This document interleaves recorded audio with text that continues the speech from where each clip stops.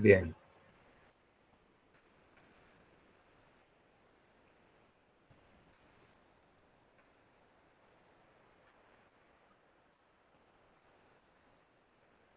Bueno, este documento que vamos a compartir ahora van a tener que disculpar un poco, digamos, el formato, quizá algo por ahí no es muy prolijo. Espero que sea entendible. A ver, ahí está. No, ahí se ve un poco muy chico.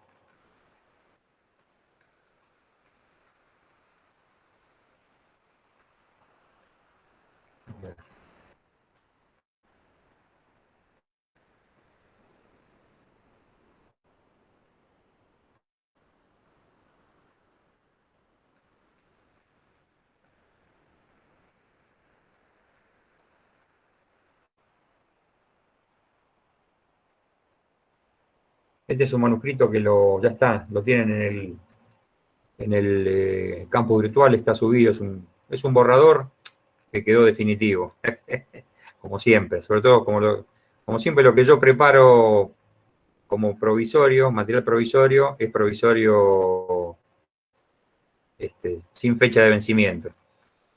Bueno, para comenzar les comento que esto está prácticamente extractado de lo que figura en el libro de diseño de máquinas de Young, diseño de máquinas de la serie Young, en el capítulo de soldadura, uniones soldadas, porque me parece que es el texto que más claramente explica esto y con mejor exposición del código, el código en que se basa esta exposición.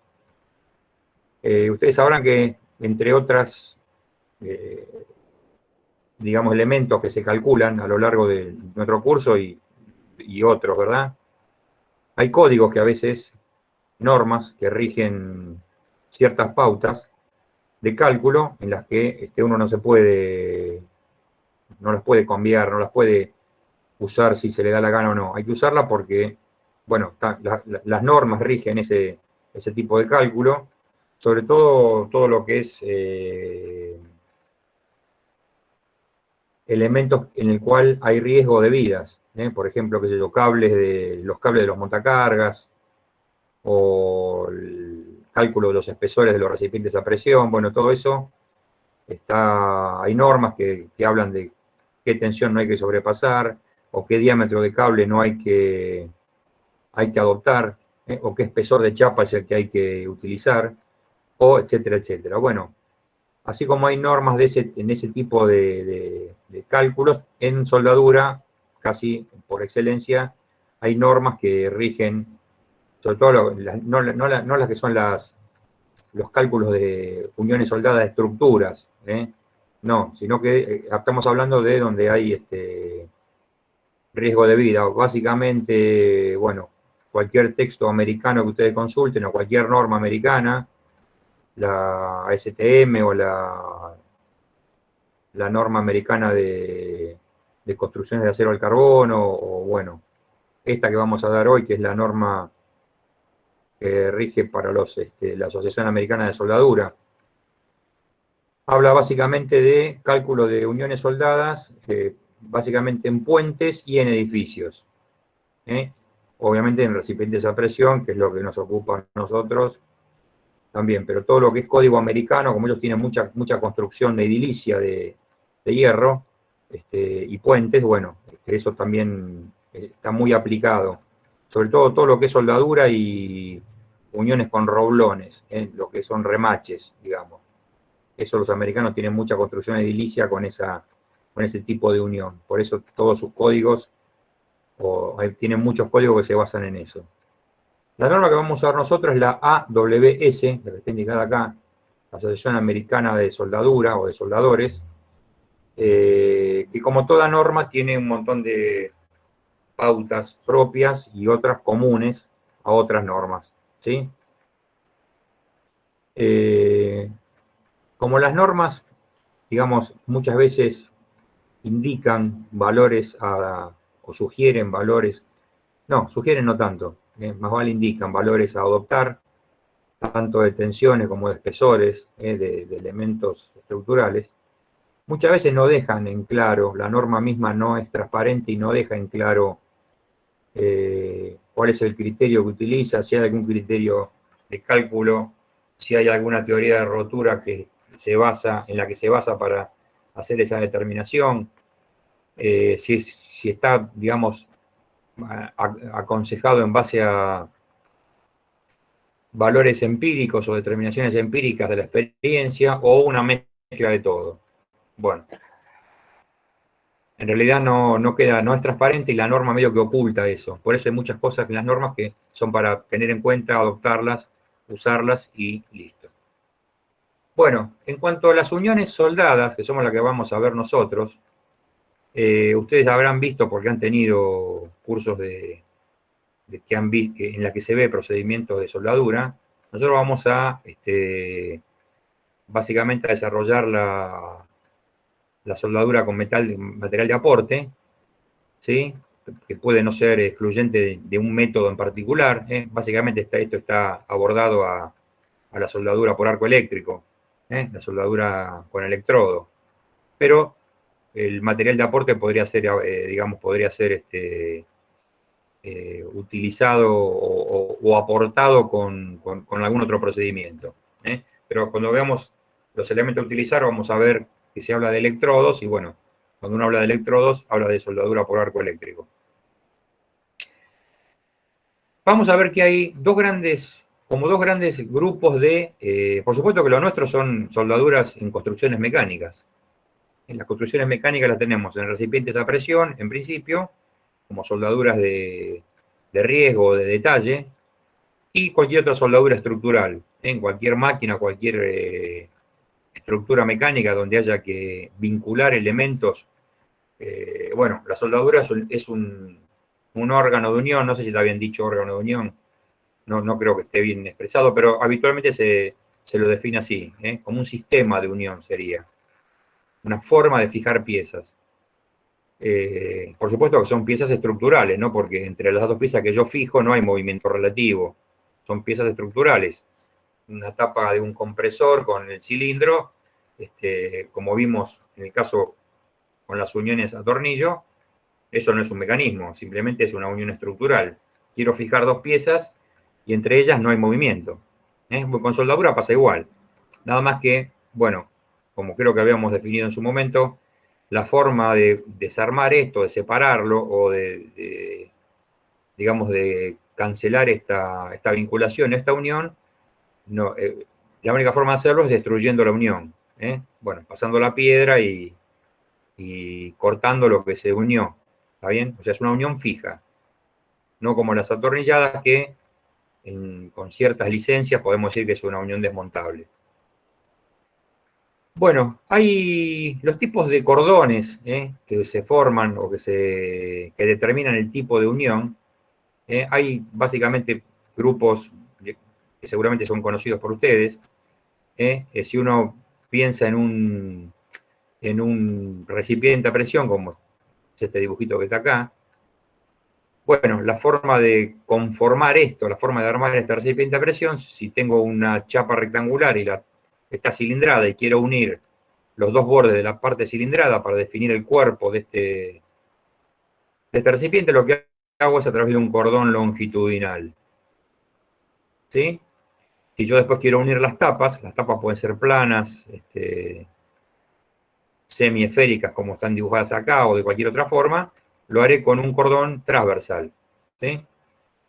Para definir las tensiones a las que está sometido el cordón de soldadura que yo quiero, digamos, aplicar, porque yo lo que tengo que hacer es, bueno, aplicar una cierta cantidad de material en un cierto largo, de forma tal que el espesor de ese cordón tenga una determinada magnitud. En costuras a tope, o cordones a tope, como son estos, donde yo vinculo dos partes de chapas del mismo espesor, como son estas dos chapas tienen el mismo espesor S. Estos serían los dos bordes de este cuerpo cilindrado, y yo quiero unir esas dos partes, ¿sí? Para unirlas, bueno, obviamente lo que hago es hacerle un rebaje para poder generar un espacio donde el material de aporte pueda tener lugar, se pueda rellenar. Eso hay un montón de formas de hacerlo, puede ser con esta forma de rebaje en B, o estas dos medias B invertidas. Bueno, esto forma parte de lo que es el procedimiento de soldadura. Lo que es el procedimiento en sí, nosotros no vamos a hablar de eso, ni de las técnicas de soldadura, porque eso pertenece a otra materia, y nosotros, bueno, como calculistas, digamos, de, de los órganos que componen de máquinas o mecanismos, este, eh, restringidos, por decir de alguna forma, a el cálculo resistivo. Por supuesto que esto en soldadura es tan importante, el cálculo resistivo, como la técnica de la soldadura, o sea, la técnica de la operación de soldadura, una correcta selección del tipo de electrodo, y bueno, y todas las variables que componen, que hacen el procedimiento, que ustedes ya lo conocen y que no forma parte de lo que vamos a hablar ahora, pero digamos que más allá de eso, el fenómeno de la construcción de uniones soldadas tiene un montón de partes que son de relevante importancia, como es, bueno, la parte operativa, es decir, quién en forma efectiva es el que elabora ese cordón, o sea, el operario, la parte operativa, ¿sí? El soldador. Por eso los soldadores ganan mucha guita, porque no es fácil soldar bien. O sea, soldar bien no es poner el electrodo y que haga un poco de chisporroteo y destelle esa luz y bueno, y aplicar un poco de material ahí donde esté preparado, ¿no? Soldar es otra cosa. El soldar implica una técnica, una habilidad que, bueno, este, digamos, cuesta adquirirla y requiere un aprendizaje importante, ¿no? Por eso los soldadores tienen calificaciones y, y por eso es una técnica que está, como les decía, bien paga. Bien, entonces lo primero que tenemos que hacer en este tipo de cordones a tope tengo dos chapas y quiero unirlas, en este ejemplo de este cilindro, las dos partes los dos bordes del cilindro, si es una chapa rectangular que está cilindrada, o las tapas sobre el cuerpo. En un caso tengo uniones o costuras longitudinales y en otro costuras transversales. Para determinar si este espesor es el adecuado o verificar si este espesor es el adecuado, dado que la única forma de completar esto es ocupar en un espesor similar a la chapa un mismo valor, pero con el material de aporte. ¿Sí? Bien. ¿Qué es lo que tengo que hacer primero? Bueno, determinar los esfuerzos al que está sometido este elemento, o sea, este recipiente a presión.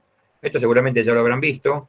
En un recipiente a presión, la presión digamos, se propaga en igual dirección, igual magnitud en todos los sentidos, y para encontrar la tensión a la cual está sometida, acá lo que se hace es, bueno, hacer un corte de lo que sería este cilindro, quedarnos con medio cilindro arriba, y encontrar esta fuerza P, que es la que está solicitando a cada mitad de este cilindro. Acá no tenemos tapas, tenemos solo el cilindro. ¿Sí? Por eso, esta fuerza P no es otra cosa que la integral de la presión por esta área, o sobre esta área. Esta área es el radio por el diferencial tita, que es digamos, el área elemental sobre la cual está aplicada la presión, por el largo, ¿sí? El largo del cilindro, y el seno de tita, ¿por qué? Porque en realidad estas presiones, siendo tita este ángulo que está indicado acá, o diferencial tita, las componentes que derivan del coseno, acá una va para un lado y otra va para el otro, es decir, la proyección de esta presión en el eje horizontal, digamos, se cancelan entre sí. Y como esto está cortado, la única que actúa es la componente vertical. Por eso figura este seno de tita acá. ¿Sí? Y esto está integrado entre 0 y pi porque, bueno, como esto tengo medio cilindro, 0 y pi, es medio cilindro. Por eso, la equivalente de esta carga P es P sobre 2 de un lado y P sobre 2 del otro. ¿Sí? Bueno, acá tengo diferencial tita, seno de tita, esa integral la conozco, es menos coseno de tita, y la integro entre 0 y pi. ¿Sí? La integral del menos el coseno de 0 es 1 y el coseno de pi es menos 1. Como tengo este menos, me queda un signo cambiado, los dos positivos. O sea que acá me queda un 2. ¿Sí? Que es el 2 que aparece acá arriba y se cancela con este 2 de abajo. Por eso no aparece ningún 2 acá. ¿Está bien? Bueno, esa sería la carga P, la fuerza P. Esa fuerza P está generando una tensión. ¿Sí? Esa tensión, si yo la de manifiesto en cada una de las partes, bueno, acá no está dibujado, pero sería el espesor de este cilindro, de este medio cilindro, sería en un espesor de este lado y otro espesor de este lado. Estaría actuando P sobre 2 y P sobre 2. ¿Sí? Y como sigma es carga sobre sección, la sección es S por el largo. ¿Sí? Bueno, y presión lo saco de acá. Bueno, en definitiva el espesor S queda en función de la presión, el diámetro del cilindro y la tensión admisible, que es la tensión de cálculo. ¿Está bien? Si este espesor S fuese el espesor del cordón de soldadura, lo que tengo que poner acá es la tensión admisible del material aportado por una cuestión de eficiencia. Acá hay que tener en cuenta que cuando uno suelda, ahí seguramente se lo habrán comentado, hay un área, una zona, que es lo que se llama el SAC, con Z, zona afectada por el calor, en las adyacencias de la zona donde efectivamente se suelda. Ahí hay una modificación de propiedades mecánicas del material base, que es el material que quiero soldar, propia del calor generado y el cambio de estructura. Bueno, en esa zona hay un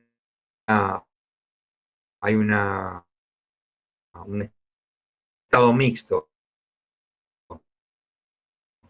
que no es ni el material de aporte puro, ni el material base puro, lo que se llama el rendimiento del procedimiento, y le afectan en general para este tipo de cordones 0,9 para,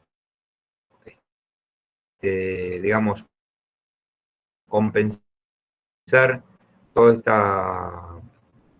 nuevo estado metalográfico y, bueno, incrementar el espesor debido a esa visible del material de aporte, que es el que obviamente aplicamos cuando hacemos la soldadura. Ahí tendremos el espesor del cordón. Ahora bien, si esta tensión admisible es la tensión de la chapa del recipiente, bueno, este espesor S sería el espesor de la chapa. ¿Sí? Se entiende que este espesor de la chapa ya está calculado, ya se hizo antes, ya alguien se tomó el trabajo de hacerlo.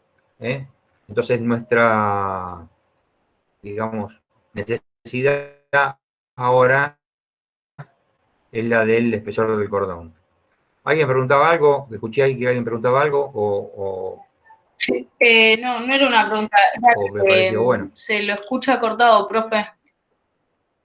No sé, somos varios que capaz Eh, no. Hay como se le escucha al principio la bueno, frase y al final, pero lo del medio se pierde.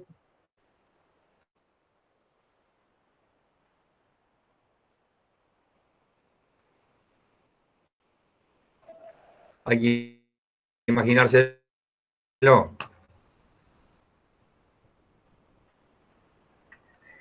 Claro, puede ser. Bueno, vamos a tratar de... No, es lo mejor, en conexión es lo mejor que puedo... ¿Perdón?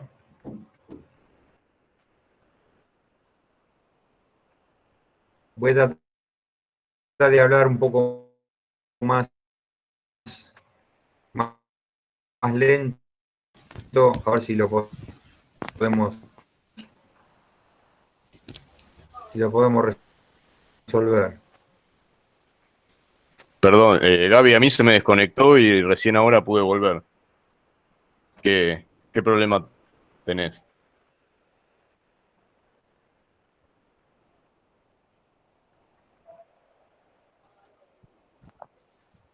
Bueno, no, me dicen los chicos que se Sí, corta. yo te escucho igual, No, entrecortado. no tengo mejor conectividad que esta. No.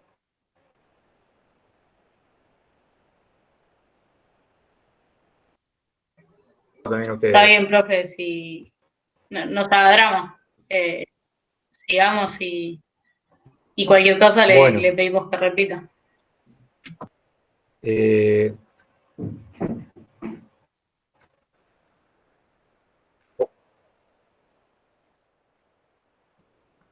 dale. Si ven que es imposible, grítenme, si paro y. Porque para no seguir, digamos, eh, y que no se entienda nada. Bueno, las distintas posibilidades de cordones de esa presión. Los cordones longitudinales para armar el cuerpo del cilindro y los transversales para unir las tapas. ¿Sí? Las detenciones en medio recipiente. Por eso es entre 0 y pi. De ese análisis y de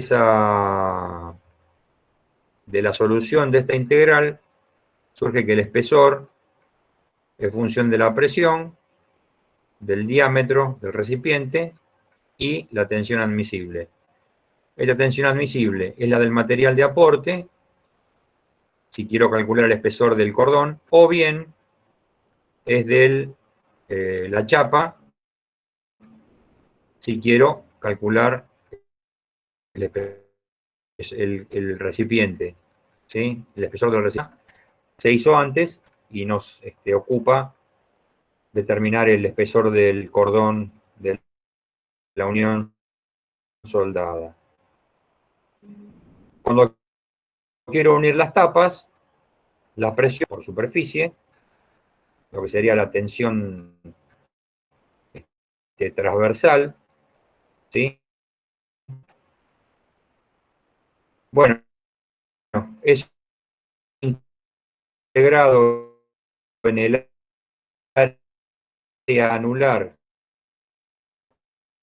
que es el que del tramo longitudinal. Esto seguramente lo habrán visto en recipientes a presión de pared delgada, que creo que se ven, le debe resultar familiar. Esto en cuanto a uniones a tope. Junto dos chapas y el espesor del cordón, la chapa, o de filete, o de rinconera también se le dice. Que es cuando tengo dos chapas, como en este caso, perpendiculares, y quiero generar un cordón a cada lado de esta chapa vertical, esta especie de T que quiero unir. ¿Sí? Bien. ¿Cómo calculo esto? esta estructura, en lo que sería un corte de uno de los filetes, de los dos filetes laterales, a esta estructura, hay un micrófono abierto ahí, a ver si lo cerramos, chicos, porque entre que se corta y el ruido.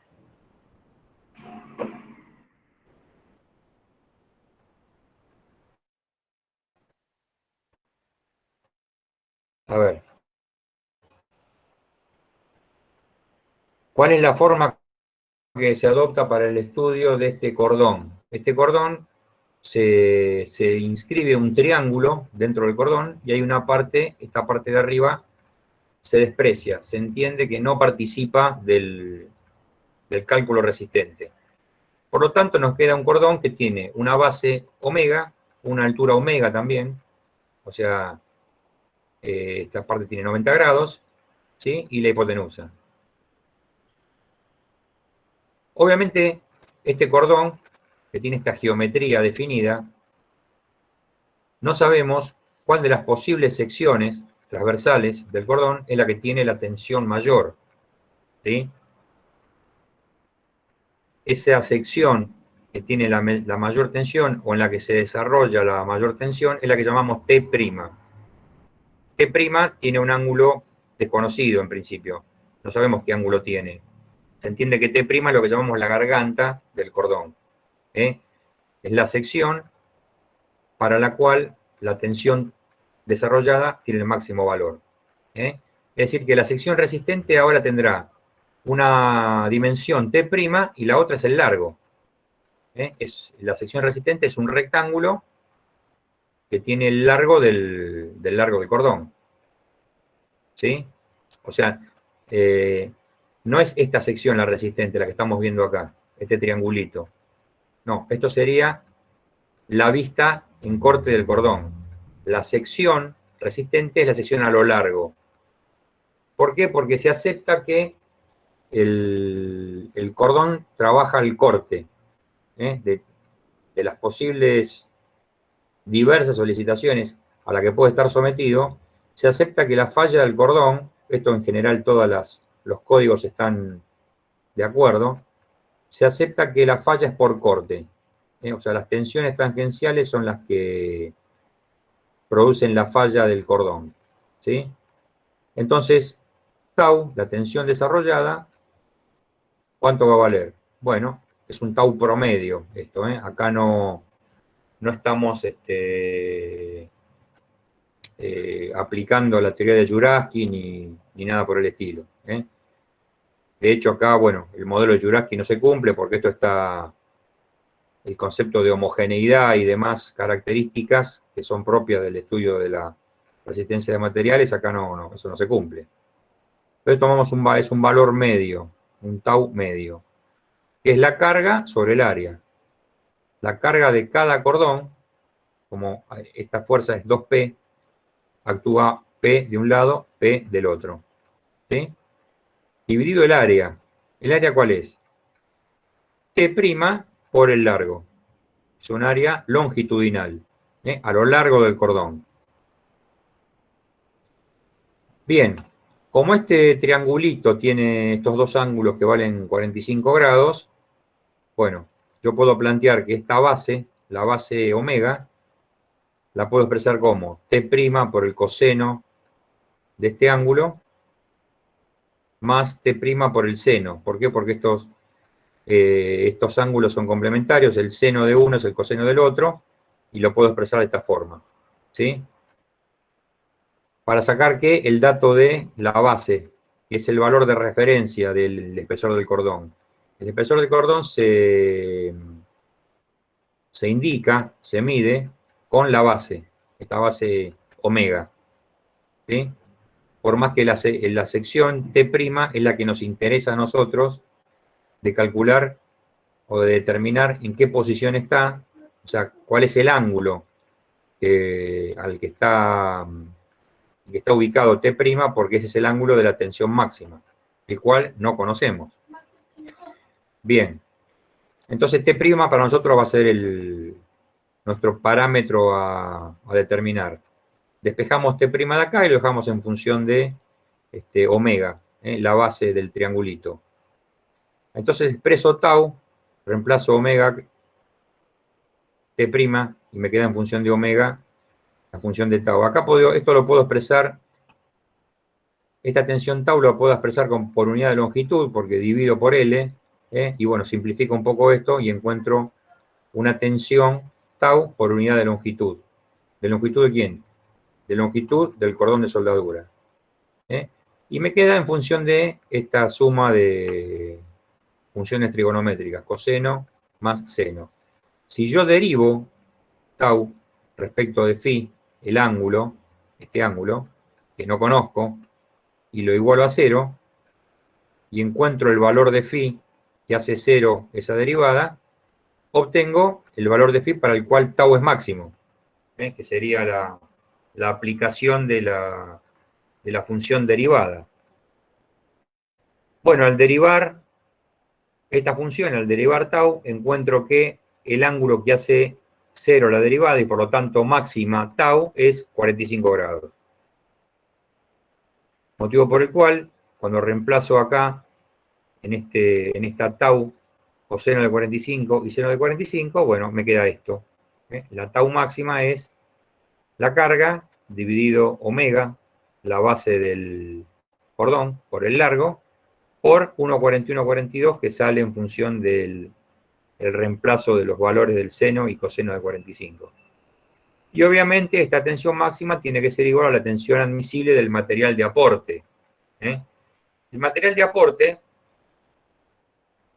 que depende del tipo de electrodo, tiene distintos valores en cuanto a sus características mecánicas de tensiones de fluencia y de rotura. Depende del electrodo seleccionado, el electrodo que surja como el más apropiado para realizar la unión, para realizar el cordón. Acá está reemplazado un valor promedio, que es un valor, digamos, estándar para un electrodo, 950 kilogramos sobre el centímetro cuadrado, 9,52, o serían 9,5 kilonewton sobre el centímetro cuadrado. ¿Sí? Bueno, eso reemplazado acá, y haciendo P sobre L lo llamo FU, o sea, fuerza por unidad de longitud. Esta P dividido L lo llamo FU, fuerza por unidad de longitud. Obtengo que el valor de esa fuerza me queda en función de la tensión admisible, que es la que reemplazo acá. Eso va a depender de qué electrodo yo seleccione. Acá está hecho para un electrodo de este valor, que es un electrodo estándar, y en función del espesor. Es decir, esto ya incluye la tensión admisible. Si conozco la carga, lo que hago es despejar el valor de la base del cordón y ya tendría la dimensión que satisface estas condiciones de carga y de resistencia del cordón. Siempre hablando de cargas estáticas, como son las que estamos planteando ahora, ¿sí? Y de este tipo de carga, una carga longitudinal, que actúa en este sentido. Es decir, esta fuerza P actúa íntegramente a lo largo del cordón, íntegramente sobre esta sección transversal cuyo espesor T' define lo que sería la sección de la garganta. Pero este estado de carga no es el único que podemos tener cualquiera. Por ejemplo, esta fuerza transversal. ¿Sí? Cuando yo esta fuerza transversal 2P la divido en cada uno de los cordones laterales, la P que tengo yo sobre cada cordón, para una sección con un espesor T determinado, T', voy a obtener una parte de esa P se va a descomponer en una componente normal y en una componente tangencial. En el caso anterior, toda esta fuerza P era tangencial, no había carga sobre la normal de la sección, estaba íntegramente aplicada en el plano de la sección. Por eso con este valor P íntegro calculamos tau. Pero en este caso no, porque esa P, una parte de esa P, se va a descomponer en una normal y en una tangencial. De la normal dijimos que, como la normal genera tensiones normales, y la norma indica que, o sugiere que la falla del cordón es por tensiones tangenciales, indudablemente esta componente no nos va a interesar. Nos va a interesar la componente que induce tensiones tangenciales, la FT, la que está en el plano de la sección, no la que está normal en el plano. La que está normal en el plano genera tensiones normales, y esa, por hipótesis de la aplicación de la norma, no genera el concepto de falla. ¿Qué tengo que hacer entonces? Bueno, obviamente encontrar estas dos componentes en función de P, porque P es el dato, ¿sí? Entonces lo que hago es sumar las fuerzas verticales por un lado y las fuerzas horizontales por otro. Cuando tengo las fuerzas verticales, ¿qué tengo? Que P es igual a Fn por el coseno de phi, es decir, la componente vertical de la normal, más la componente vertical de la tangencial. Y surge esta sumatoria, Fn coseno más Ft por el seno. No conozco Fn, no conozco Ft, y phi, que es el ángulo de la garganta, tampoco lo conozco. Solo conozco P, que es el dato. Por otro lado, si yo sumo las fuerzas horizontales, voy a tener que P no proyecta en la horizontal, y que voy a tener que la componente horizontal de Fn es igual a la componente horizontal de Ft.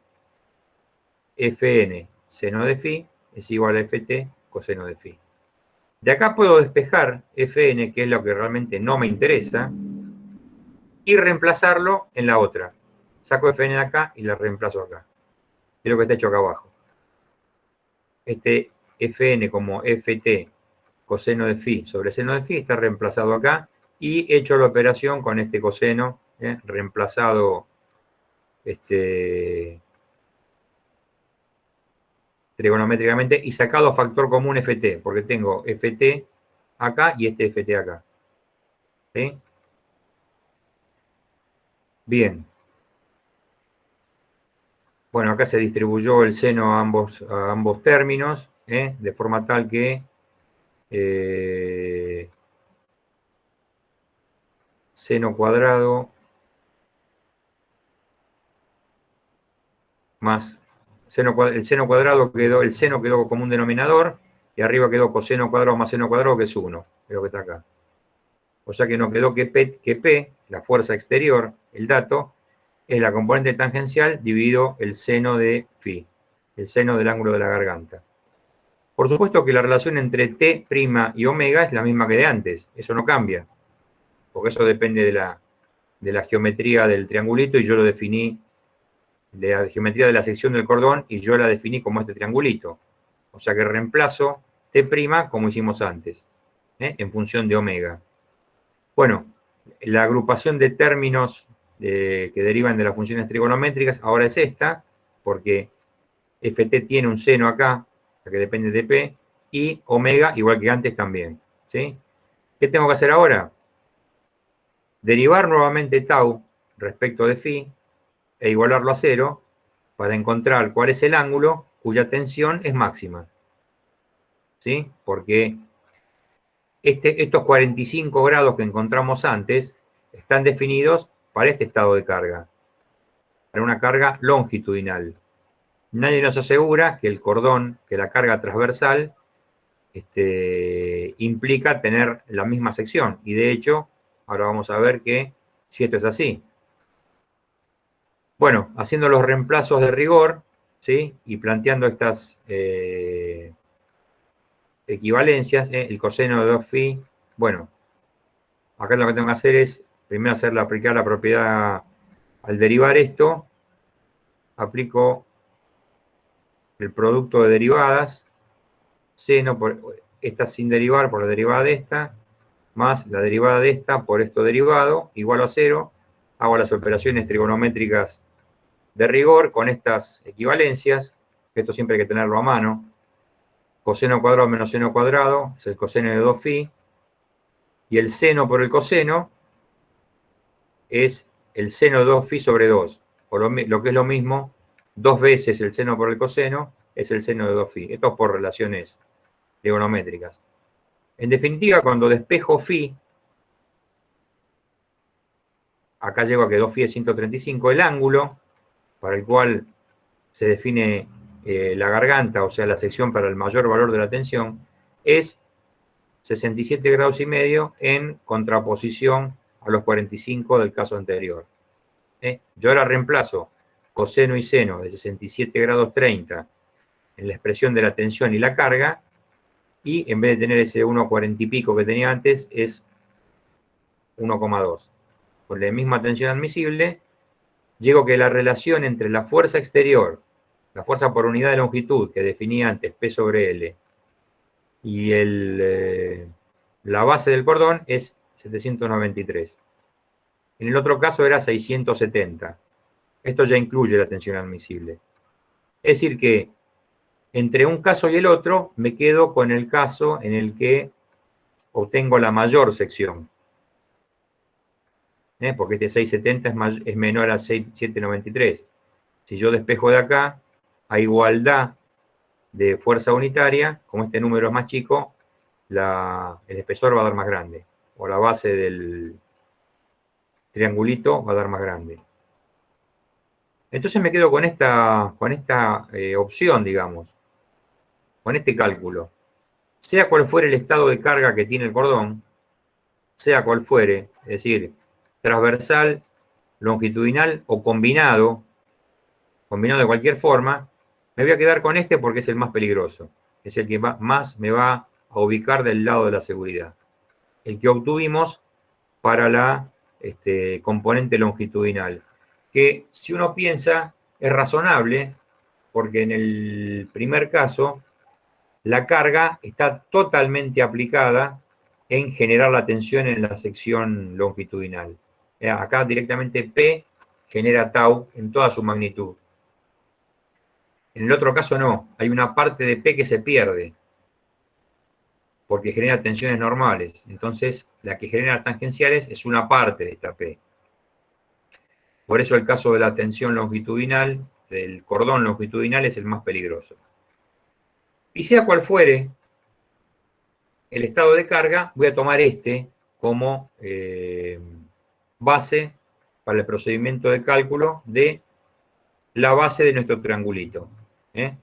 Acá falta el largo, pero ¿el largo cuál es? Y es el largo del cordón. Si yo quiero unir 2 chapas, bueno, el largo tendrá la longitud de las 2 chapas. O tendrá el largo que yo defino como el largo del diseño.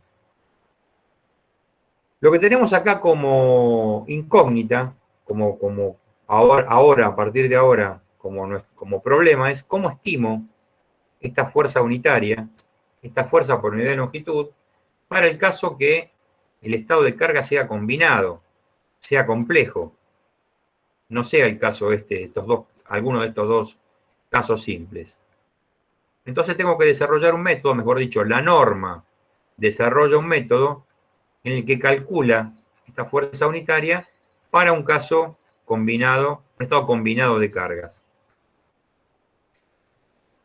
Antes de ver eso, tenemos que ver una ventaja que ofrece el método de la norma, al considerar que nuestro elemento a calcular, a diseñar, a dimensionar, es un cordón de soldadura, es decir, es una estructura que tiene una longitud importante, pero un espesor muy chiquito en general. ¿Sí? El cordón puede tener cualquier forma, pero acá siempre la longitud es la que más influencia tiene. ¿Sí? Entonces, la norma dice, si el espesor de este cordón es muy finito y el largo es el más importante, yo puedo considerar que este cordón es una estructura sin sección.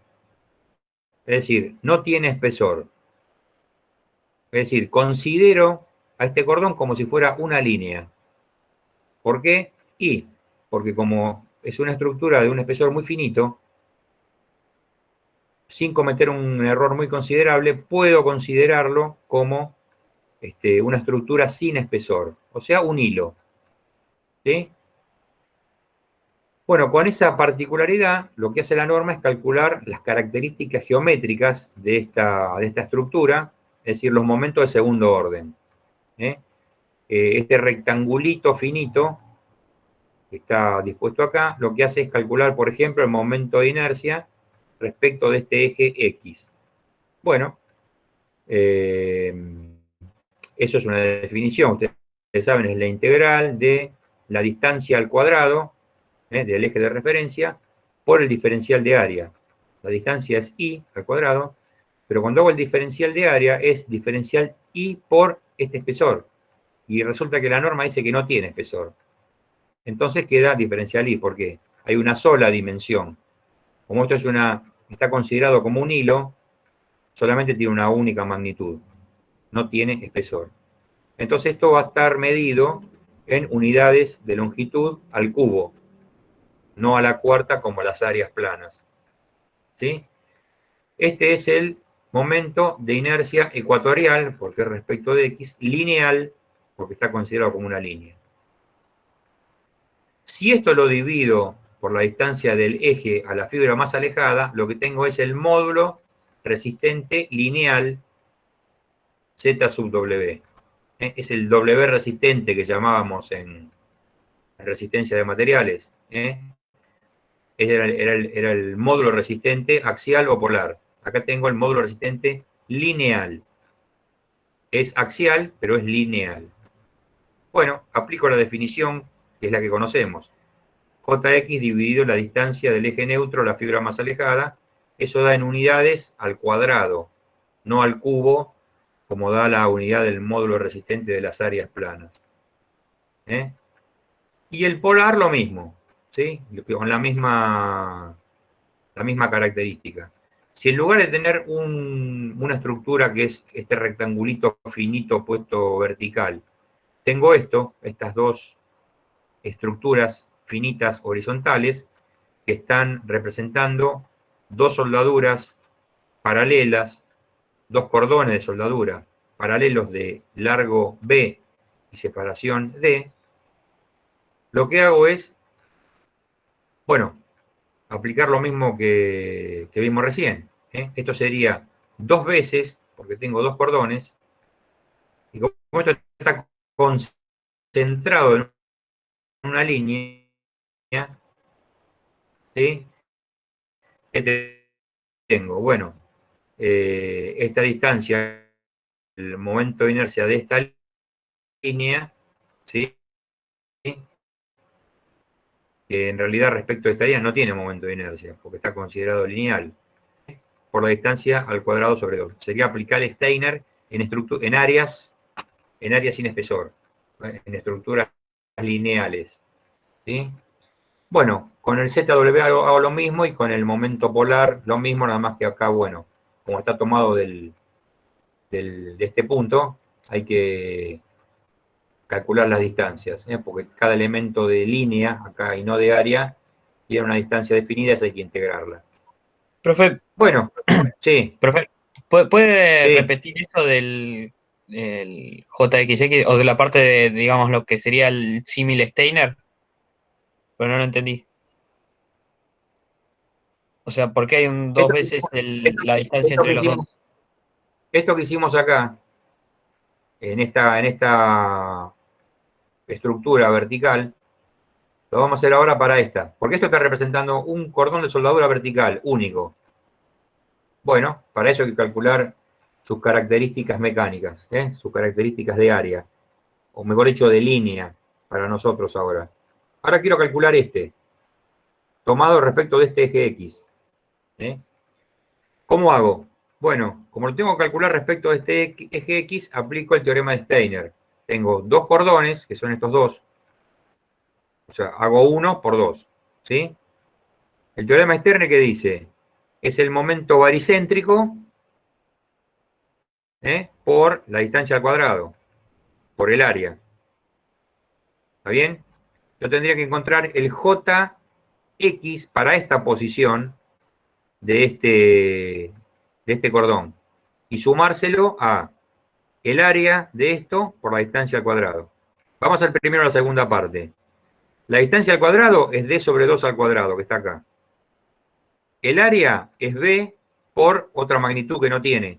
No tiene área esto, o sea que es una magnitud sola, b. ¿Está bien? Esto sería lo que tengo que sumarle al jx baricéntrico de esta línea. Pues esta línea no tiene área respecto de un eje paralelo al x baricéntrico. O sea que no tiene momento de inercia, porque no tiene área. Si no tiene área no hay distancias. ¿Está bien? Por eso no hay otro término acá.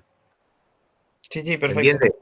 Sí, ahora sí. No. Lo que no había entendido era el por qué estaba el 2, pero lo dijo al principio, era porque hay dos. Este de acá es porque hay dos cordones.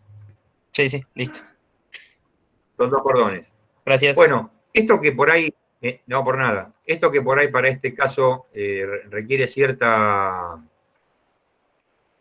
digamos, cierto cálculo de detalle, en realidad está tabulado los momentos de segundo orden, tanto de inercia como polares, como los módulos resistentes, están tabulados de acuerdo a la geometría de los cordones. Vamos a avanzar un poquito y les muestro. Acá están lo que serían, por ejemplo, este es el primero que calculamos nosotros. Un cordón único vertical. Acá tenemos dos cordones verticales. Acá tenemos dos cordones horizontales, como el que hicimos recién. ¿Sí? Acá tenemos una L, dos cordones en L. Acá tenemos tres en U, mirando para un lado. Acá está la U mirando para abajo. Acá tenemos un rectángulo. Estas son todas formas que adoptan los cordones en función de lo que yo quiero soldar. Si tengo que soldar un caño rectangular a una pared, y lo que quiero hacer es un cordón que bordee toda la periferia del caño, lo que tengo es un rectángulo. Es decir, la solución de continuidad entre el caño y la pared es el cordón, que tiene esta forma de cuadrado. O sea, una línea que responde a un cuadrado. Si tengo que soldar una T a una pared o un bastidor, la puedo soldar con un cordón sobre el ala y dos cordones a cada lado del alma. Entonces me queda una figura de esta forma. Un cordón arriba y dos verticales. Puede ser que quiera soldarlo con dos cordones en el ala, uno arriba continuo y otro abajo en la cara inferior del ala y las dos en el ala. Me tendría esta figura. Para estas dos casos ya tengo los ZW, que son los resistentes, y los momentos de inercia polares, ya están calculados. Puedo querer soldar un doble T a una pared, por lo cual tendría, si quiero, soldar sobre el ala arriba, bajo el otro ala abajo, y a los lados del alma. Tendría esta figura. Y si quiero soldar, como dijimos recién, sobre el ala y en el borde inferior, tendría esta otra. Y ya tengo calculado acá tabulados las características geométricas lineales. Si quiero soldar un caño circular o una barra, tengo un círculo, ¿sí? Bueno, y en general con todas estas formas tengo las distintas geometrías que definen los cordones para soldar, digamos, partes entre sí. En general, si no hubiese acá el formato de la forma, bueno, de la estructura, es decir, de la solución de continuidad, bueno, o lo puedo conseguir combinando estas partes, o, bueno, si tengo una que no tengo, la tendré que calcular. Si quiero soldar, qué sé yo, una barra triangular a un bastidor, y acá el triángulo no tengo, y lo tendré que calcular. Va a dar laburo, pero bueno, me tendré que rebuscar. Pero en general con estos ya tengo entre el cuadrado, el rectángulo, el círculo, y estos tramos verticales y horizontales, ya con esto me la puedo rebuscar bien. Es decir que todo esto ya está calculado. Fíjense que acá dice flexión, ahora vamos a ver por qué, alrededor del eje X, y me da los ZW, directamente me da los módulos resistentes lineales. Y para la torsión me da el momento de inercia polar lineal. Bien. Retomemos entonces donde nos había quedado el problema planteado. Es cómo calcular esta FU, la fuerza por unidad de longitud. Supongamos que el estado de carga fuese, a ver, vamos a plantear un caso, a ver, si tenemos un caso acá. El caso fuese este. Tenemos una barra de sección rectangular en la cual tenemos un extremo libre con aplicada esta excéntrica, con una carga determinada, y yo lo quiero vincular a la pared, a un bastidor. Y digo, bueno, ¿qué quiero hacer? Quiero soldar todo el contorno de la barra. O sea, la solución de continuidad es un rectángulo. Este rectángulo. Ya me olvido de la barra, ya me olvido de todo, porque la barra ya se entiende que está dimensionada, que ya alguien se tomó el trabajo de calcularla. Entonces ahora lo que tengo que plantear es cómo encontrar esa fuerza unitaria para ¿quién? Para las distintas componentes de esta fuerza F o los distintos esfuerzos que esta fuerza F genera. Fíjense, si yo esta fuerza F la redujese al baricentro de lo que llamamos la solución de continuidad entre la barra y la pared, que es este cordón que define un rectángulo, ¿qué tendría? Bueno, en principio, si traslado F, tengo una fuerza, en el sentido del eje X, F. Una fuerza, esta fuerza que podemos llamar Q como fuerza de corte, igual a F, por un lado. Después, cuando yo, al trasladar F, lo que tengo es un par torsor, F por esta distancia H, parece que dijera acá. F por H me da un momento torsor en el empotramiento. Y después tengo un F por L, que es un momento flector. Sería este. O sea que la reducción de los esfuerzos a la sección donde está aplicada la soldadura, ¿en qué se resume ahora? Una fuerza Q, un momento torsor y un momento flector. Lo que tenemos que ver es cuál es la fuerza unitaria que generan estos esfuerzos ahora simples. Momento torsor por un lado, esfuerzo de corte por otro, momento flector por otro. Antes tenía una sola fuerza P longitudinal y bueno, era muy fácil, fue muy fácil hacerlo. Después tenía una fuerza P transversal y también fue bastante fácil. Bueno, ahora tengo todo este bolonqui junto. ¿Cómo hago para encontrar esa fuerza P? Bueno, entonces acá tengo digamos, el espíritu del código, que me dice cómo hacerlo, ¿sí? Cómo plantearlo. Vamos a volver, este sería un caso a resolver, ¿sí? Vamos a utilizar esto que tenemos planteado acá, que es para un caso similar, nada más que, bueno, el cordón forma una U en vez de un rectángulo, ¿sí? Pero los esfuerzos son los mismos. Tengo un esfuerzo de corte Q, tengo una flexión y tengo una torsión. ¿Cómo encuentro esa fuerza unitaria? Bien, el código dice que la fuerza de corte Q se distribuye uniformemente en toda la longitud del cordón. Esta fuerza Q se distribuye uniformemente a todo el largo del cordón. Este largo del cordón, largo total, tiene 2 veces B más A, ¿sí? Uniformemente distribuido.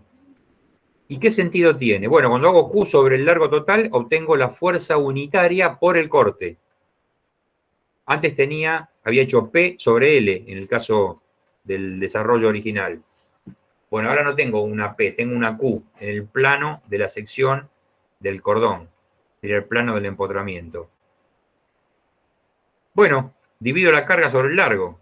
Acá en vez de ser un solo cordón L, tengo 3 tramitos Bueno, el código dice que el corte, esto que está respondiendo a lo que sería el esfuerzo de corte en la sección de la barra, para nosotros, ahora esa sección, ¿qué tipo de sección es? Y es una U formada por 3 líneas. Nuestro cordón de soldadura está considerado como una estructura sin espesor, un hilo, una línea. Y bueno, hago la carga y divido el largo, Q sobre L, y tengo el valor de la que sería esta fuerza F chica, es la fuerza unitaria por corte. ¿Qué sentido tiene? Y tiene sentido de Q. Y como está uniformemente distribuida, fíjense que todos estos vectorcitos que están identificados acá, a lo largo de esta línea, a lo largo de esta línea, a lo largo de esta línea, tienen el valor F sub C, que es Q sobre el largo total. ¿Sí?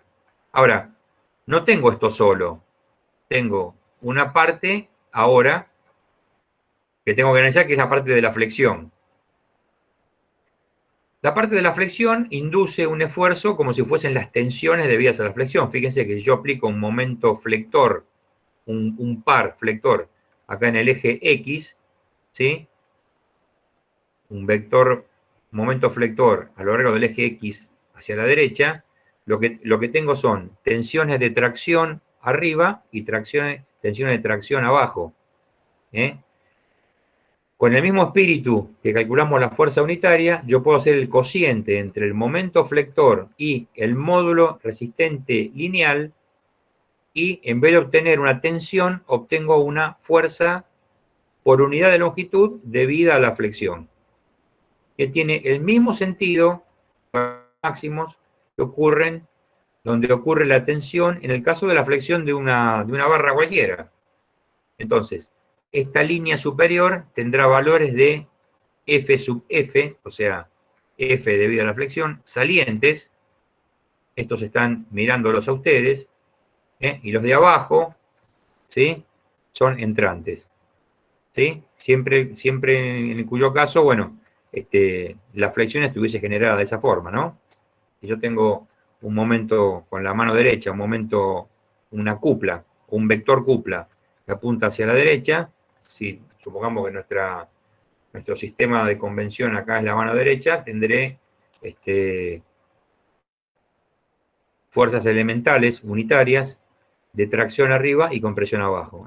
Esto simple, más allá de esta construcción vectorial, lo que tengo que ver es para dónde está aplicada la carga y ver si arriba genera fuerzas que salen o fuerzas que entran. Acá no voy a hacer la regla de la mano derecha ni izquierda, no tiene sentido, esto es mucho más simple de analizar. ¿Está bien? Bien, entonces quiere decir que los valores máximos, ¿dónde van a estar? Y evidentemente van a estar donde sean máximos en función de la flexión. Es decir, a la mayor distancia del eje neutro a la fibra considerada. Esa mayor distancia es esta línea superior y esta línea inferior. Por eso lo calculo con el ZW, el módulo resistente lineal, que es el cociente entre el momento de inercia y la distancia máxima del eje neutro a la fibra más alejada. Yo con esto no podría calcular los valores intermedios, porque justamente esto me define, esta magnitud define la fibra que está más alejada del eje neutro. Es como si fuera el W de flexión. ¿Está bien? Entonces tenemos una solicitación que nos dio una distribución uniforme de esta F sub C en toda esta longitud, y ahora le superpongo en esta línea arriba vectorcitos que nos están mirando a nosotros debido a la flexión, en esta línea de abajo vectorcitos que están entrando debido al mismo par flector. Los pongo acá porque en esta los valores no van a ser máximos. Los máximos los tengo acá, y yo tengo que encontrar el punto donde sea máximo la combinación de todos los esfuerzos. Pero todavía me falta uno, que es el de torsión. Yo tengo el par torsor y tengo que encontrar la fuerza unitaria por torsión que se generan en los puntos singulares de este cordón. Este cordón, que para mí acá es una U, bueno, tendrá estos 4 vértices como puntos singulares. ¿Cómo calculo la fuerza unitaria? Bueno, será el momento torsor dividido el momento de inercia polar y dividido R, que es la distancia del baricentro o del centro polar, del baricentro de esta figura definida como solución de continuidad entre barra y pared, para nosotros es el cordón de soldadura, entre el baricentro y la distancia máxima, ¿dónde van a ser? Y en los vértices. En este vértice tengo una distancia más importante, acá en este otro una que también es importante pero no es tan grande, va a ser menor, acá también y acá también. ¿Y qué sentidos tienen? Los sentidos que estén en correspondencia con el par torsor. Entonces tengo, fíjense, superpuesta la debida al corte, la debida a la flexión y ahora la debida a la torsión. ¿Qué sentido tienen las fuerzas unitarias de torsión? Y si este es R, que es el radio vector del baricentro al vértice, esta fuerza unitaria es normal, porque esta fuerza por R me da el momento torsor. En este caso, esta es normal a este R, esta es normal a este R y esta es normal a este R. Y acá me quedó formada estas 4 fuerzas unitarias por torsión que tengo que componer con la de flexión y con la de corte. ¿Dónde? Y en los puntos donde sea más comprometido este estado de carga. Para poder componerlo, bueno, sería importante esta fuerza que tiene un cierto ángulo, descomponerla en una horizontal y una vertical, y esas componentes vincularlas con las anteriores. Fíjense que las de corte siempre van hacia abajo, o sea, se estarían sumando con esta componente que va hacia abajo y con esta, y se estarían restando con estas. Entonces, en ese sentido, este punto quizás no sea de mayor riesgo. ¿Por qué? Porque a esta FT vertical la tengo que restar con la del corte. Por supuesto que esto depende de los valores relativos. Si tengo duda, calculo todo en un punto, calculo todo en el otro y veo cuál es más grande. Y lo que tengo que hacer ahora, como tengo 3 fuerzas unitarias, fuerzas por unidad de longitud, en 3 ejes ortogonales, lo que hago es componerla Pitágoras en el espacio y obtener una fuerza unitaria total. Fíjense, acá tengo una fuerza unitaria horizontal por torsión, en un sentido, una fuerza de flexión que está saliendo, que nos está mirando a nosotros, y en el eje vertical tengo la composición de la de corte y la vertical de torsión, que sería esta, para este punto. Bueno, sumo la del eje vertical con la del eje horizontal y con el eje saliente, el cuadrado de todo, raíz cuadrada, me da la fuerza unitaria, la fuerza por unidad de longitud, que está sometiendo al cordón para el estado combinado de cargas. Esta FU, si tengo duda, bueno, calculo lo mismo acá. Lo único que voy a tener presente es que la vertical de torsión y la de corte se van a restar. ¿Sí? Y acá las componentes de la torsión van a ser más grandes, porque este R pasa acá arriba y es más grande. En fin, hay que hacer las cuentas y ver. El tema es que yo esta FU ya la calculé. Ya tengo cómo encontrarla con todas estas herramientas. Por supuesto, yo tuve que haber encontrado el J polar lineal de esta U, el ZW polar, ZW lineal de esta U, y bueno, acá nada. Eso ya lo tuve que encontrar antes, lo saco de la tabla.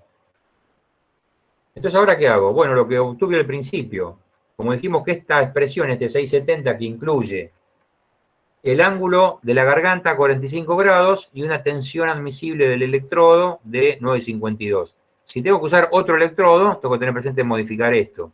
Y ponerla, en vez de hacer 9,52 dividido 1,4, haré la tensión del electrodo en correspondencia dividido 1,4. Pero siempre uso la expresión del caso en el que la carga era transversal, porque eso los cálculos me dicen que es el caso más comprometido.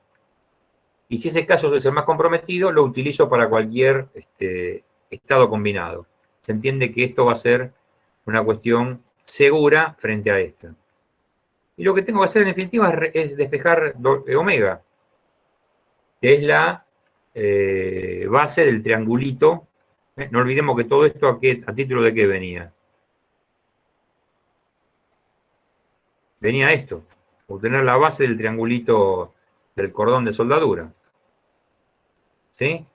Bueno, ustedes fíjense que sea cual fuere el estado de carga y sea cual fuere las posibles configuraciones de la solución de continuidad entre empotramiento y barra, yo tengo todas las herramientas para calcular las fuerzas unitarias, componerlas y de esta fórmula de dimensionamiento despejar la base del cordón.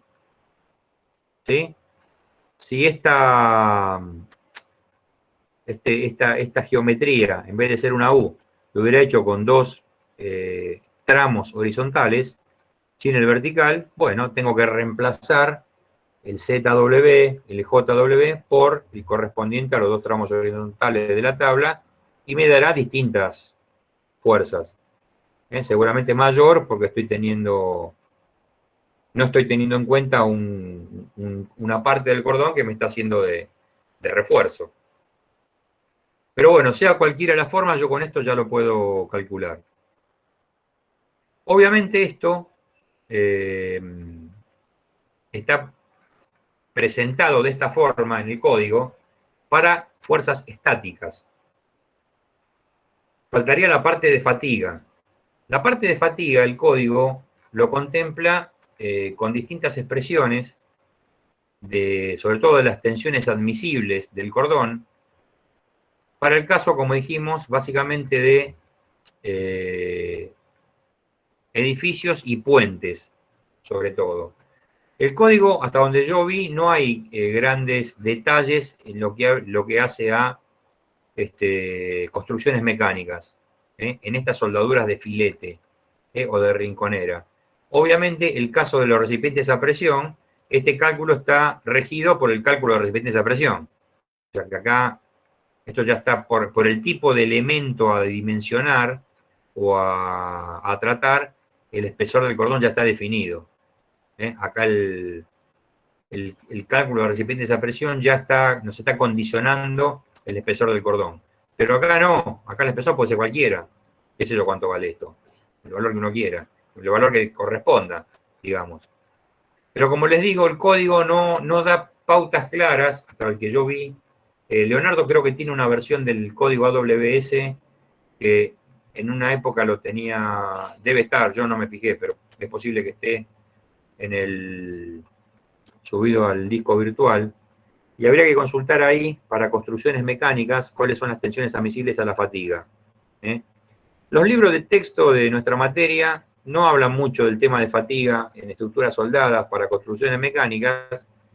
En general coinciden en utilizar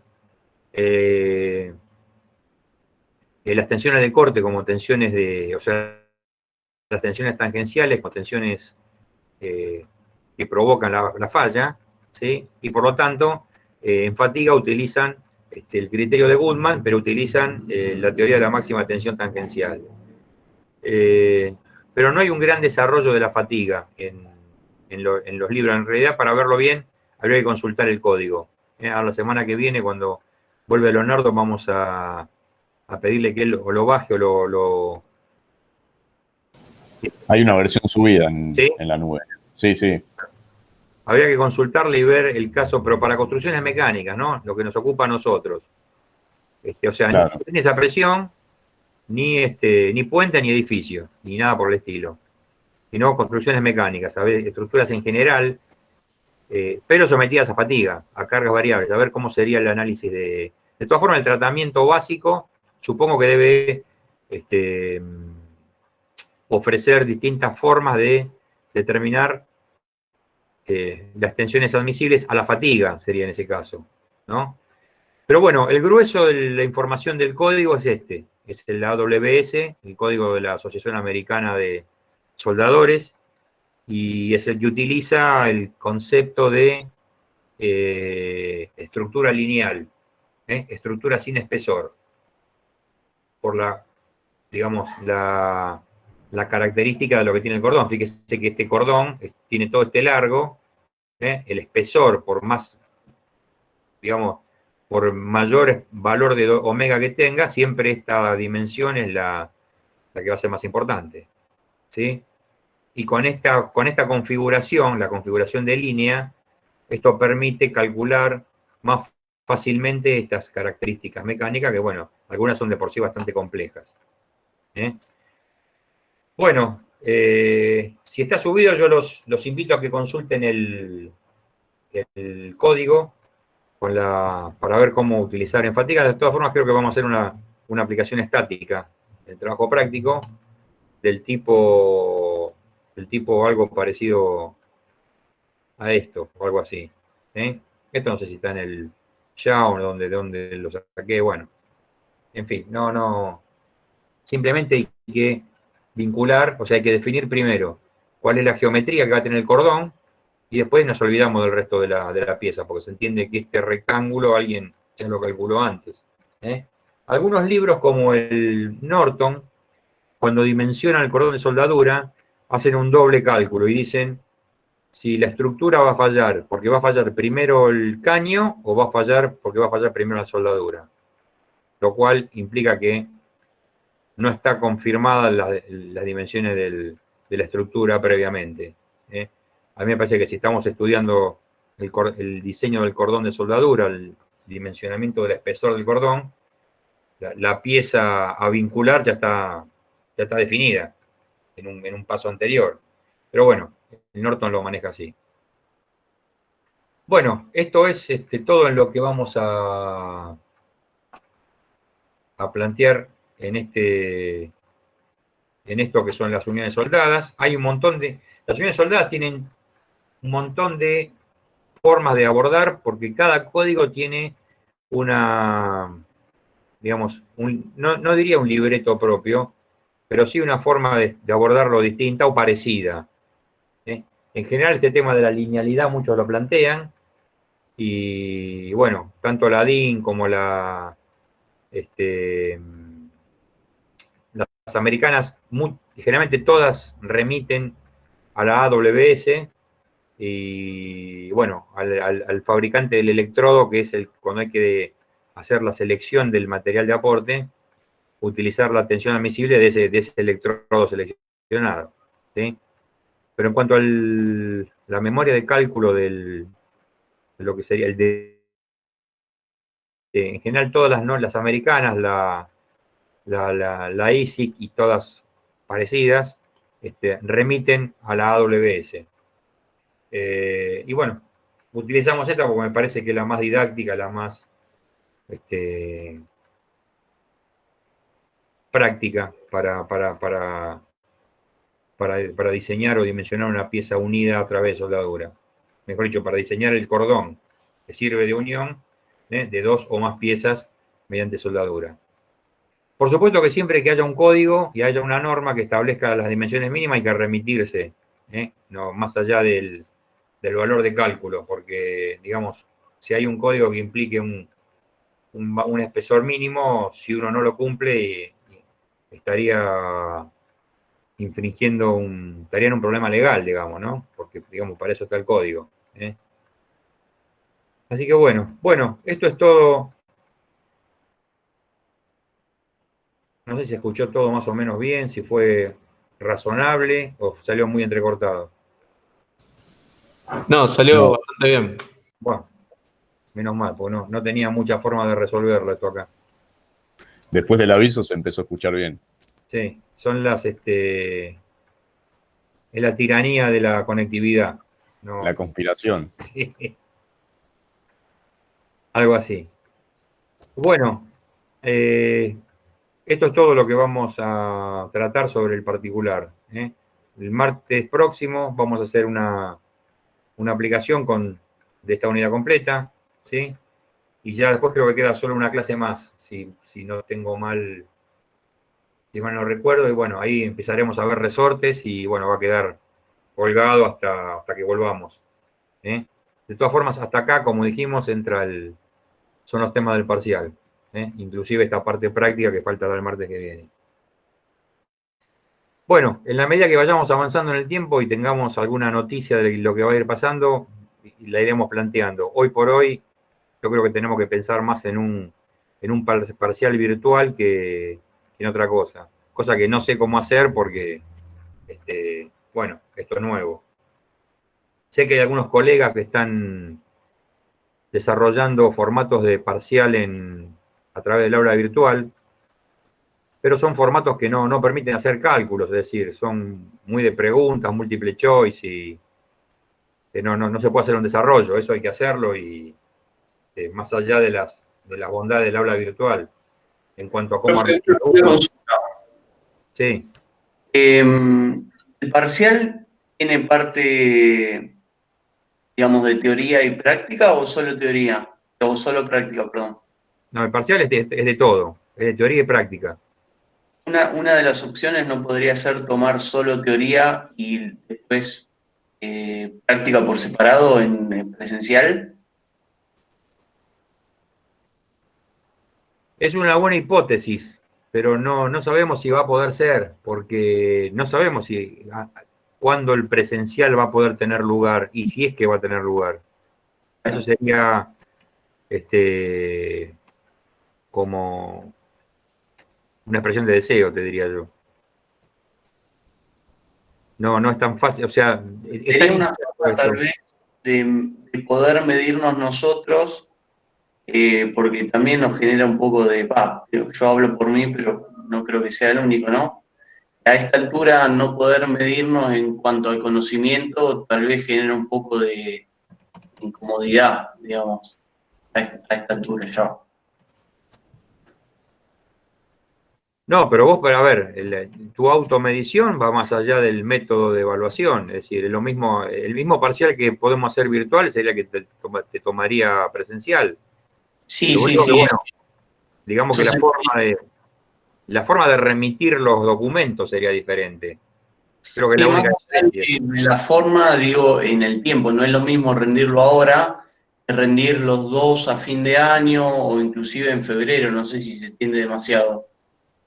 No, la idea es que no se alargue, o sea, otra Claro. opción podría ser, esperemos a volver a clase. ¿Cuándo? Cuando sea, en octubre, ponele. ¿Qué vamos a tomar? ¿Los dos parciales juntos en noviembre, octubre, noviembre, cuando prácticamente sería un final?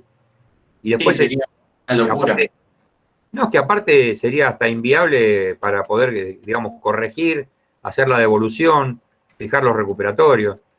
Mi intención es que no pase de agosto el primer parcial, o sea que, virtual o no virtual, agosto sea nuestro mes de evaluación. Y lo vamos a dejar fijado antes de que termine el cuatrimestre, o sea, el último día que nos reunamos, que nos conectemos, vamos a ver qué día va a ser el parcial. Si eso se va a dar en forma presencial, supongamos, ¿no? Iremos a clase y lo haremos en clase. Y si eso no es así, lo haremos por esta vía. Pero el día ya lo vamos a dejar fijado, porque aparte yo entiendo también que hay una incertidumbre por parte de ustedes en el sentido de cuándo vamos a rendir esto, cuándo se va a definir. Entonces, no podemos estar, porque los entiendo porque es la misma incertidumbre que tengo yo, en el sentido de cómo voy a hacer para evaluar y cuándo. Me imagino ustedes. ¿Sí? Entonces, como eso se entiende, obviamente, más allá de lo que el destino diga, lo vamos a fijar y vamos a decir, el parcial va a tener este formato, va a ser con estos contenidos de esta forma, y si este día, martes de agosto, estamos ahí, lo haremos ahí. Nos veremos las caras y nos conoceremos. Con muchos ya nos conocemos, no va a hacer falta, pero con otros no. Y si no podemos estar ahí, lo hacemos por este medio. ¿Sí? Esto también tiene una faceta de ajuste, porque bueno, esto es nuevo. Obviamente, seguramente no va a ser la mejor forma, o seguramente va a haber otra forma mejor, pero bueno, de alguna forma hay que hacerlo. No podemos, porque claro, el tiempo fue pasando y las cosas no se van aclarando, o sea, no hay, no veo yo mayor claridad por más que nos proyectemos a agosto. Esto lo fuimos alargando primero porque habitualmente el primer parcial es en agosto, siempre porque, bueno, lo hacemos cuando volvemos de las vacaciones, pero ahora por fuerza mayor, por esta cuestión. ¿Sí? Profe, ¿se me escucha bien? ¿Cómo? ¿Se me escucha bien?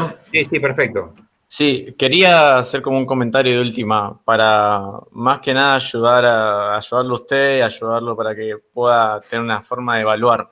Sí. Yo lo que pensaba, o estaba recién pensando, era que de última, primero para usted ver cómo funciona el sistema para esta materia en particular, de última hablar con Leo, hablar con Fede, para probar un poco el campo virtual, no sé, poniendo, no sé, un ejercicio de unidades roscadas y fijarse y ver si funciona, si no funciona, si el método de evaluación es bueno, es malo, más que nada para probar y fijarse si ver cómo puede funcionar este método del campo virtual para un futuro parcial. Que no sea, no sé, un ejercicio muy básico para ver más que nada que usted se quede tranquilo y ver si realmente puede funcionar el campus. En lo que a mí respecta, el parcial no va a tener dependencia del campus virtual. O sea, porque esta materia no se ajusta a eso. Esa es la razón. Es decir, ustedes van a recibir el parcial si es que lo hacemos, si es que va a ser como creo que va a ser, van a recibir o por mail o a través del aula virtual un parcial en formato Word que yo les voy a subir 3 minutos antes o 3 minutos después de conectarnos. ¿Sí? Es el mismo formato con el que se toman los finales, porque yo finales ya he tomado esta materia, más que eran de 2 alumnos, no de 50 como ustedes. ¿Está bien? Bueno, ustedes recibirán eso, lo abrirán y desarrollarán lo que la premisa o las pautas del parcial diga. Si es un problema y 5 preguntas, son 2 problemas y 3 preguntas, o digamos con la apertura y la distribución propia del parcial, que va a ser seguramente común a cualquier otro parcial de otro año. Ustedes lo resolverán, va a haber un tiempo determinado, y después habrá que, digamos, enviarlo, o sea, sacarle fotos, escanearlo y enviarlo o por correo electrónico o al aula virtual, y después, una vez que está hecho eso, que esté cumplimentado, bueno, nosotros tendremos que bajar y hacerla, y evaluarlo, corregirlo. Pero en cuanto a ver, yo te entiendo porque hay otros docentes que están ajustando el campus virtual al parcial. Porque toman tipo múltiple choice, porque toman preguntas de sí o no. Porque nosotros no tomamos eso. Nosotros no tenemos esa modalidad, porque esta materia no se ajusta a esto. Esto no es ingeniería y sociedad y piripipi. ¿Entienden? O sea, acá necesitamos hacer cálculos, definir cosas, explicar, siempre con un grado digamos, de simplicidad, con el grado de simplicidad necesaria. No podemos para definir algo usar 3 hojas, no, ni acá ni en ningún caso, ¿no? Pero yo creo que la característica de esta materia no se ajusta a las bondades del aula virtual que tiene. Yo hice muchos cursos, he presenciado, he sido parte de varios cursos de actualizaciones de uso del aula virtual para evaluar. Pero eso sirve para análisis 1, para ese tipo de materias. Y hasta por ahí nomás, porque a la hora de resolver numéricamente algo, ¿cómo haces no hay forma? Hay que hacerlo en forma manual y después enviarlo. ¿Sí? Así que yo, la bondad del aula virtual, en esto que es la evaluación, no sé, no le veo mucha utilidad.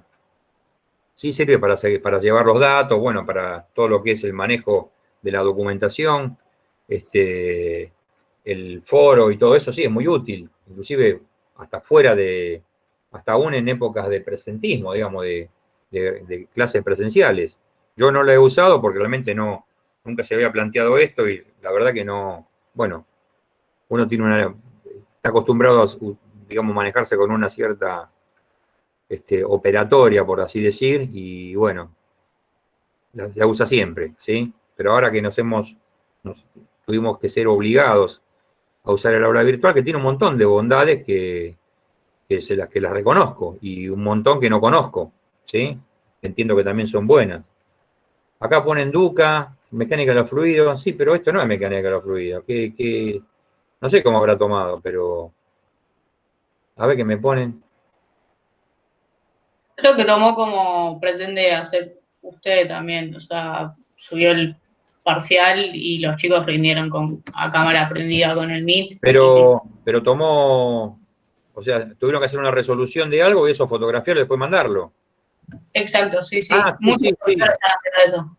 No, pensé que había sido un parcial absolutamente de tipo múltiple choice y... Perdón, no, entendí mal. Pensé que había usado el método de pregunta solamente o múltiple choice. Dice, tomó bien, se rendía sobre una hoja a mano, con la cámara. Interpreto que era en vivo y en directo que se miraba a los alumnos mientras escribían en la hoja. Sí, Claro. profe, yo fui el que puso el mensaje. ¿Cómo te va? Básicamente... Me imaginé que eras vos, me imaginé que eras vos. Sí, ¿cómo estás, Gabriel? ¿Todo bien? Ya sé, bien. No, básicamente Duca pedía que la cámara estuviera apuntando hacia la hoja, donde se pudieran ver tus manos y que estuviera el celular también, que se pudiera ver el celular dado vuelta dentro, digamos, de lo que enfocaba la cámara. Vos nada más podías, bueno, escribir en las hojas y eventualmente agarrar el mouse para mover el enunciado. Y cuando terminabas, le avisabas a Duca que ibas a prender el celular para sacar las fotos, el tipo miraba mientras sacaba las fotos, se las enviabas por mail, y cuando él le llegaba te decía que si le habían llegado ok, si podía ver bien las fotos, y nada, te desconectabas de la reunión. Bueno, ese formato es el que vamos a hacer nosotros. O sea, ese espíritu es el que vamos a utilizar nosotros. Ahora, no sé cuántos alumnos cuántos alumnos tiene Duca, porque una cosa es poder ver 15 alumnos o 20, otra cosa es 50. Son un montón comúnmente. Sí, más o menos éramos 40, 50, no sé bien cuántos, pero una eran banda. bastantes. Había dos profesores, estaba Duca y Cavallo, y iban pasando, o sea, iban mirando uno por uno, y si te desconectabas por más de 5 minutos por un tema de internet, como que ya estaba el parcial, digamos, no podías seguir. Está bien. Bueno, el formato, bien, gracias Federico por la aclaración, está buena. Yo creo que el parcial va a tener esa línea, ¿sí? Después, a la hora de remitir los documentos, obviamente son muchas hojas, el correo electrónico, bueno, soporta una cierta cantidad porque si uno lo manda en formato foto, tiene un peso que es mucho mayor que si lo mandara en PDF. Hay algunas herramientas para escanear, directamente enviar en PDF el documento que ocupa mucho menos que una foto. No me acuerdo ahora el nombre del Hicimos eso, profe. ¿Cómo es? Hicimos eso, escanear con el celular con CamScan se llama la aplicación. O con Drive también. Hay un montón de aplicaciones. Está bien. Mi teléfono no, te lo digo porque mi teléfono no soporta ninguna aplicación más, está en el horno, o sea que yo no le puedo agregar no le puedo agregar nada. O cambio el teléfono, o bueno, o lo uso así. Está bien, no, está bien. ¿Y lo enviaron por correo electrónico, en este caso Duca, o lo mandan al aula virtual? ¿A dónde remiten? En este caso fue correo electrónico. Ajá. Está bien. Bueno, es lo mismo, está bien. No hay. Cuando terminamos el parcial, nos quedábamos, le enviamos el correo a Duca, él chequeaba, abría el mail y veía que se vea todo bien, y ahí ya nos despachaba. Está bien. Sí, claro, eso es para saber si llegó, y cuando después uno lo abre se puede leer bien, perfecto. Sí, chicos, yo creo que esa va a ser la modalidad. Vamos a hacer algo, digamos, para que se pueda hacer en el tiempo disponible, es decir, lo que serían las horas que incluyen la reunión, y bueno, y listo. Pero yo creo que tenemos que pensar que esta va a ser el formato. Ya seguir, digamos, alimentando la esperanza de volver a vernos y qué sé yo, y esperar, vamos a seguir esperando, y creo que esto realmente va para largo. Así que bueno, hay que aplicar esto y bueno, darle para adelante. De todas formas, la fecha la vamos a fijar antes de que nos digamos, despidamos previo al receso, ¿sí?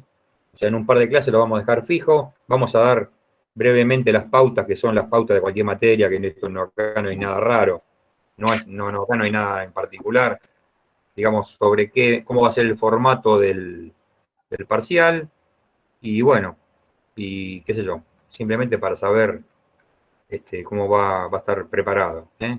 Y los contenidos son hasta lo que llega acá, hasta lo que hemos desarrollado hoy, con su parte práctica de martes que viene.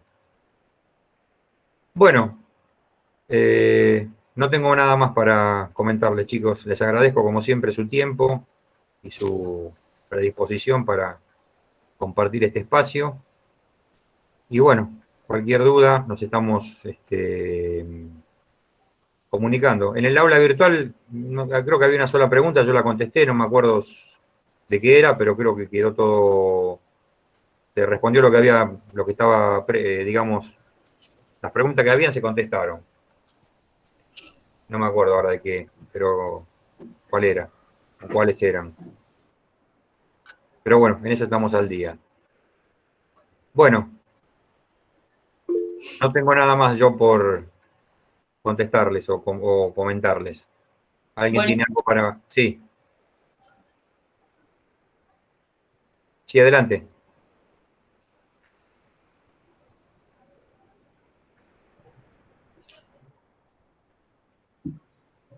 Lucía, ¿querés decir algo?